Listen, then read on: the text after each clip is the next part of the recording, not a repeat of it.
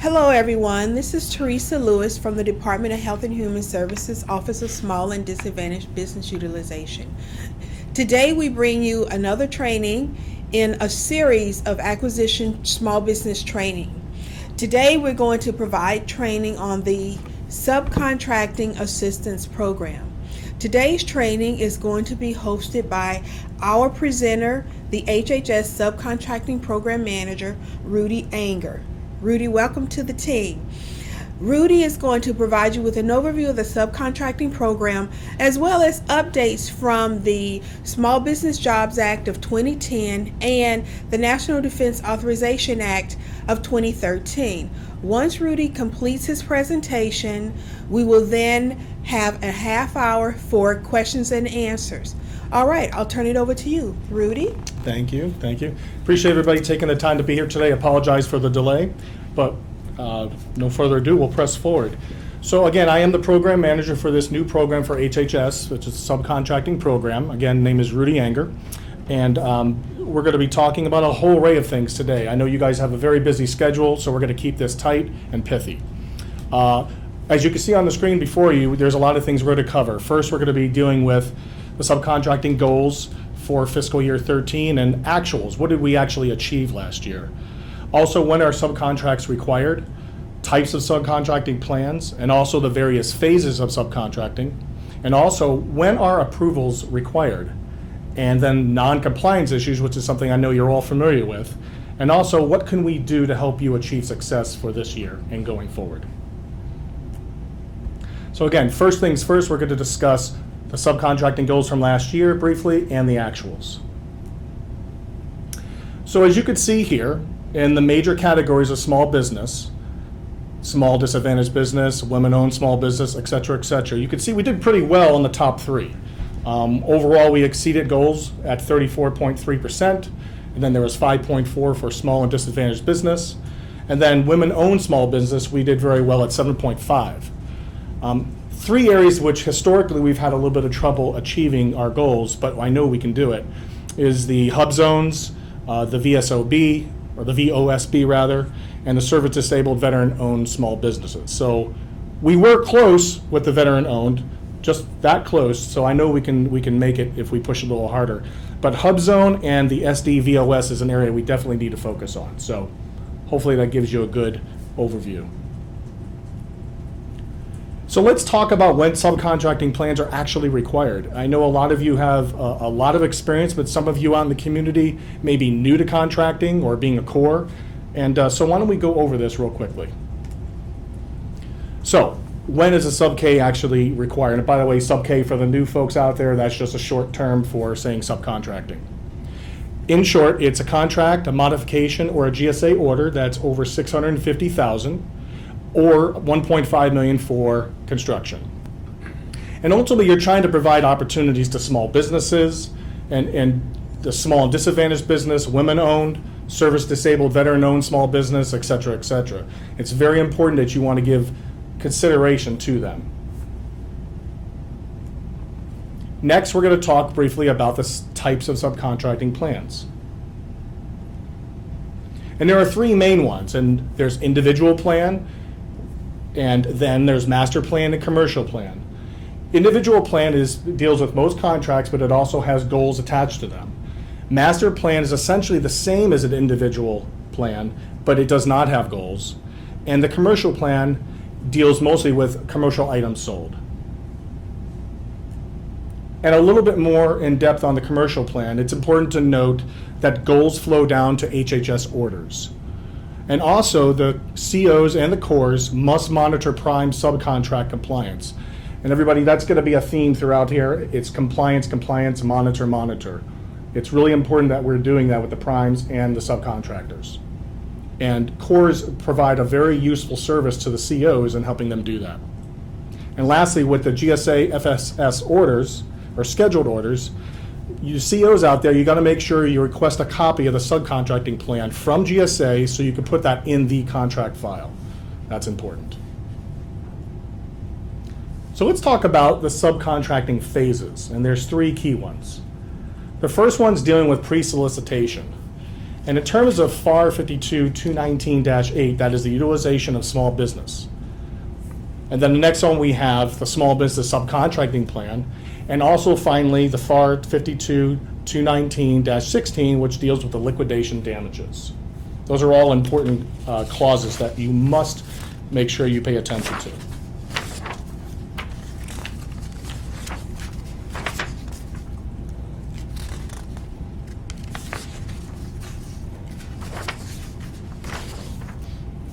I do want to add a couple things. I have some notes written down, though, about these particular things. So for the utilization of small businesses, those are included in all contracts. That's important to note. Also, the 219-9 is your mandatory subcontracting clause for all contracts. It's over those thresholds that we talked about before, the $650,000 or the 1.5 for construction. And then lastly, the -16 one, this is the clause that must be included in the case of liquidated damages for non-compliance. And those non-compliance issues we're going to deal with a little bit later today. So just bear with me. Second phase deals with the pre-award, and contracting officers doesn't want you to pay attention to this because this is sort of your to-do list, if you will, of things to make sure you are mindful of. First things first, you want to make sure you consider subcontractors in the selection or the selection of pre-solicitation, if you will. And that's important because, as you can tell, small business involvement in these contracts is very key. We want to make sure we hit these goals as much as possible. Also, you want to make sure you review the subcontracting plan. And that's important because, number one, you want to ensure that you are giving small businesses consideration and you're ensuring compliance and making sure you don't miss anything, ultimately keeping you out of trouble. Next, you want to make sure you use an approved rating criteria. And as you can see here, it's pretty standard: outstanding, highly successful, acceptable, marginal, or unsatisfactory. Now, is it mandated you use those? The answer is no. But I will tell you why we think it is important. When the Small Business Administration does their review for HHS compliance reviews, that is the criteria that SBA uses. So I would highly recommend we follow SBA's lead for standardization purposes. Next, you want to make sure that you complete a subcontracting plan checklist. And again, this is really to help you make sure that you're not missing anything and that you are staying compliant. Next, you want to forward all the acceptable plans to our small business specialist. That's important because you want to give them the opportunity to conduct their reviews and also make sure that once they conduct their reviews, they are able to give you advice and things like that to be able to help you make a better decision. And lastly, you want to make sure you incorporate that plan in the contract file because it's mandated to do so.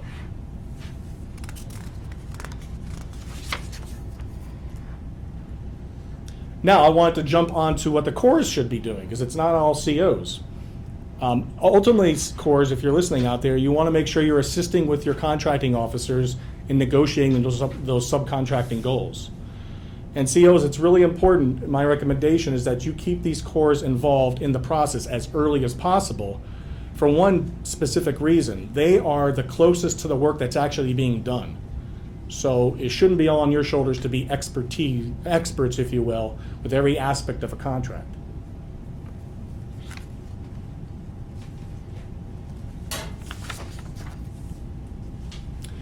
Next, I want to talk about PCRs, or Procurement Center Representatives, and they're a very important resource in this process. They are mandated to review subcontracting plans that are apparent successful offers. That's really important. Also, they will not be reviewing all of them that are in a competitive range. So again, only accepted successful offers will be there. So they're an important resource. But they're going to be reviewing the subcontracting plan. And if there are any deficiencies, they will coordinate with the small business specialists and the contracting officers out there. If there are no deficiencies, as you can see, and it's over $20 million, that plan will be forwarded to the OSDBU director or deputy director for approval. And once the decision has been rendered, the OSDBU director or deputy director will ensure that that decision is forwarded to the COs and give you appropriate documentation to put into your contract file.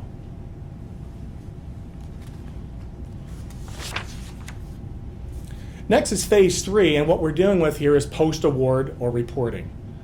And this is I want to emphasize a top priority during this phase is monitoring the contract performance and compliance.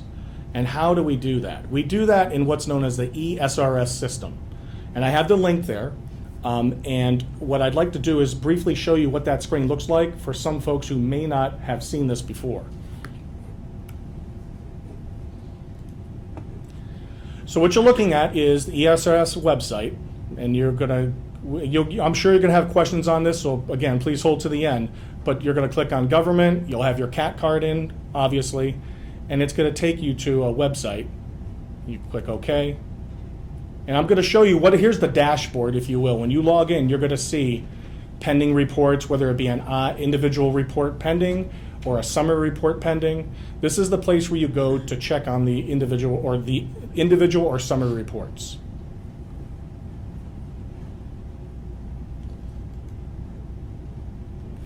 So again, I made a brief reference to the individual subcontractor report, or the ISR. And you can see with the chart in front of you, it's the due dates. It's semi-annually, and it's also used during individual and master plans. And then you have the summary subcontract report, or the SSR, and that's done at contract completion, and that deals with all contracts, including commercial plans. I do want to say one thing about this as well.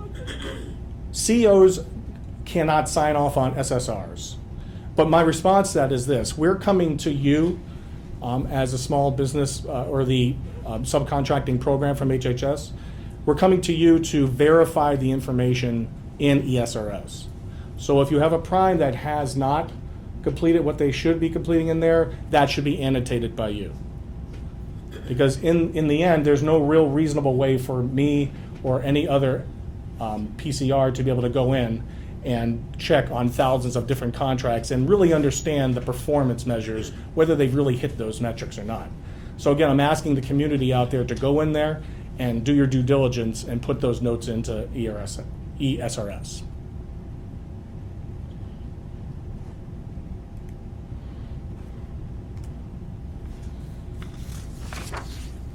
Now we're going to talk about the post-award monitoring and compliance. And there's a couple things that the COs need to be mindful of. Again, monitor that contract performance and work with your cores to ensure that that's actually being done. Also, we want to make sure that timely payments are being taken place. Subcontractors must be paid within 15 days, so that's an important key. Also, core shall assist in monitoring those type of things and also compare achievements with stated goals.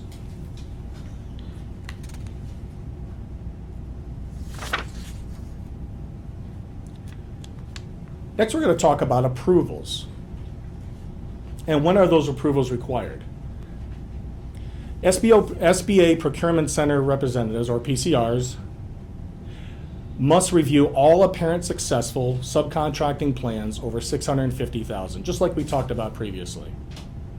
And again, the OSDBU director or deputy director will review all those apparent successful subcontracting plans that are over $20 million. Next, we're going to talk about a big issue in non-compliance.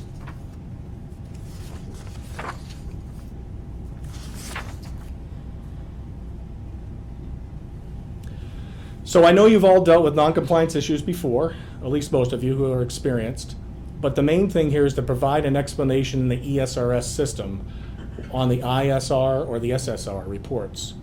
And also, the prime contractor is supposed to submit a plan of action. So they're supposed to do two things. They're supposed to submit that plan of action and also use either an ISR or SSR, depending on the time of year, on an explanation of how they're doing. Now, if they do fail to do that, they're not in compliance, so what do you as the CO, what tools do you have to be able to deal with this? Well, you have a number of them. First, you can withhold payments. Okay? You can also negotiate contract price reduction. You can assess liquidated damages, and as a last resort, but it is an option, you can actually terminate the contract for default. Ultimately, the CO should provide an explanation at ESRS report through the remarks block, so that's really key.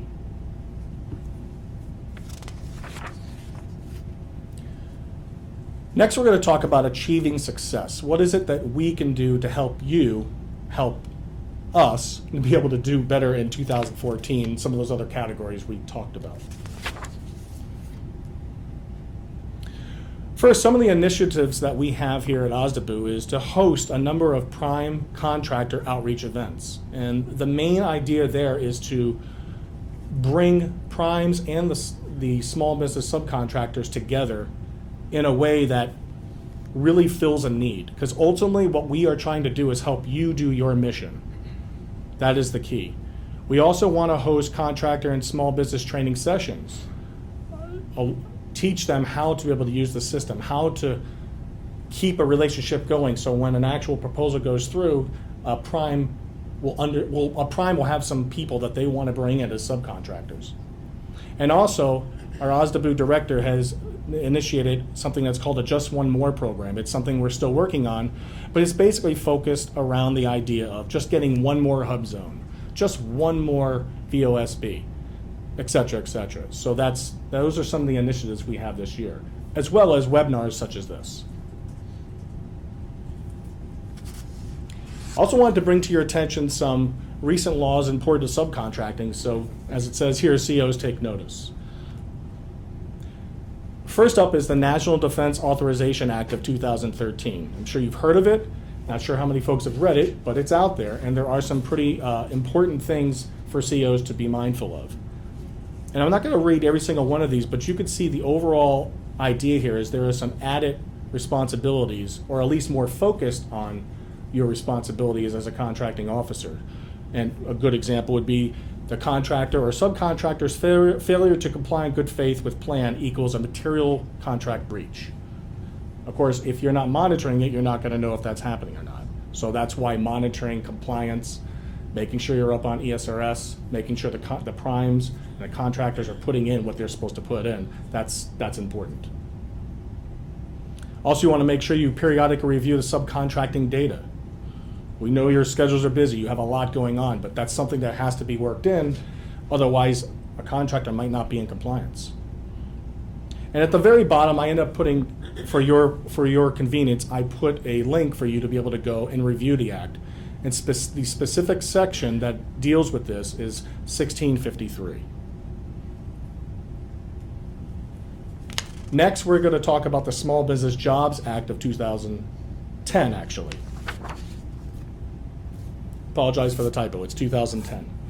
But the main thing here is the COs has some responsibilities in this act as well. And most notably, to ensure contractors submit those reports through ESRS within 30 days of the due date. That's 30 days. And also, the review of all ISRs and SSRs in ESRS within 60 days of the report ending date. Also, you want to make sure you evaluate the good faith effort of each one of these. And what I did was it's a lot longer than this, but I ended up putting in a reference slide at the end of these slides so you can review those greater details.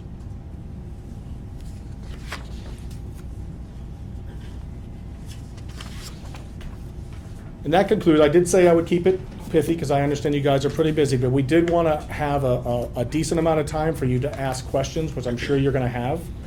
So if you do have them, please let us hear them. All right. Go ahead. Okay, the first question is, where is the link and training for the electronic 653? Okay, so an email has been sent out to the heads of contracting for the electronic 653 process. And they should be forwarding that to you today. All right. Okay, next question is, are there new provisions or goals for Native American businesses? Native American businesses are included in the SDB goals, and that goal is 5% at both the prime contract level and the subcontract level.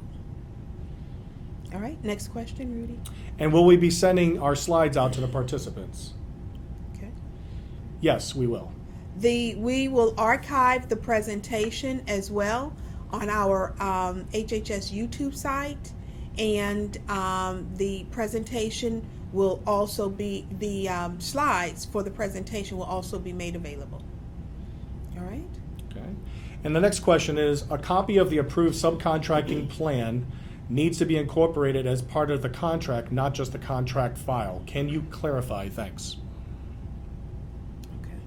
A copy of the approved plan needs to be incorporated as part of the contract, not just the contract file. Can you clarify? Yes, that is correct. A copy of the plan, the original subcontracting plan must be included in the contract, incorporated into the contract, as well as provided in the contract file. Okay? Okay. And also, next question is, how do we obtain the CLP for this course? So the CLPs are 1.5 CLPs for this training, and we will send out the certificates, and then you can provide those to your ACMs at your respective octave.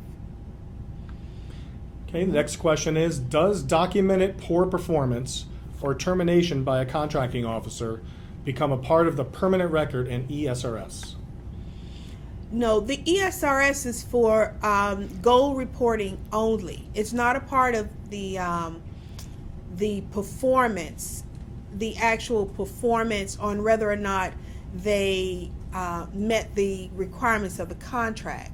So if the contracting officer decides to, if there's poor performance by the contractor, then you still use the same procedures that you do when you are reporting poor performance, such as in PCRs. And if the contracting officer decides to terminate, of course, those documents will be included in the contract file. However, it is not documented in ESRS. That's not the correct system.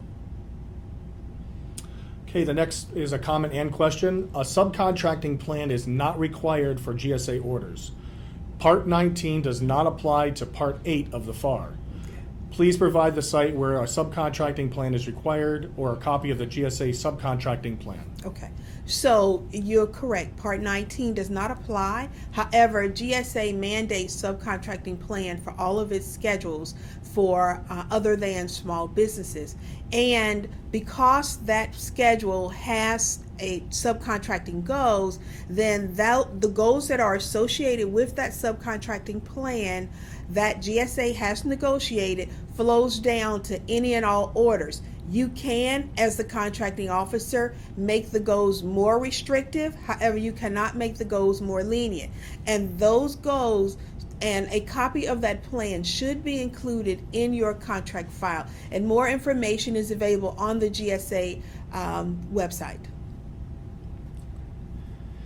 Next question is, why can't contracting officers approve SSRs if they are more knowledgeable about the contracts than the PCR? Yeah, we asked that same question too. But unfortunately, it's the way that the Small Business Administration has set up the system, which is what makes it very difficult for the OSTBU office, because you're absolutely right. We have no knowledge of the contract nor the performance by the contractor, which is why Rudy, and as the Subcontracting Program Manager, will come to you and ask you for your advice on the performance of that particular contractor, because you're right, we have no knowledge. And unfortunately, the way the system, SBA has structured the system, the COs are not allowed to approve the SSRs. All right. Okay. Any more questions, Rudy? Let's see, I'm looking down here. Okay. Is there a phone number? Was there a question? For the webinar. Okay. I'm just looking. There's some redundant questions, so I'm just going through. I'm skipping over the ones that we've already answered. Okay, here's another question. A copy of the approved subcontracting plan needs to be incorporated as. Nope, I'm sorry. That's Yep, that's another one as well. Yeah. Well, I think that does it. Does anybody have any more questions? All right. Well, if you have any other questions, please contact Rudy. And Rudy, your email address? Is Rudy, it's RUDI.anger, just how it sounds, ANGER, @hhs.gov. And again, this webcast will be made will be archived on the HHS OSDBU, HHS ISDBU YouTube page, as well as we will provide it also a copy to the Division of Acquisition, so that if there's someone else who needs additional training or you want to go back over and review the webcast, please do so. And we thank you all for participating. We will send out a training announcement for the next one that is scheduled in February. So thank you, everybody, and thank you, Rudy. Thank you. All right. Have a good day, everybody. Thanks.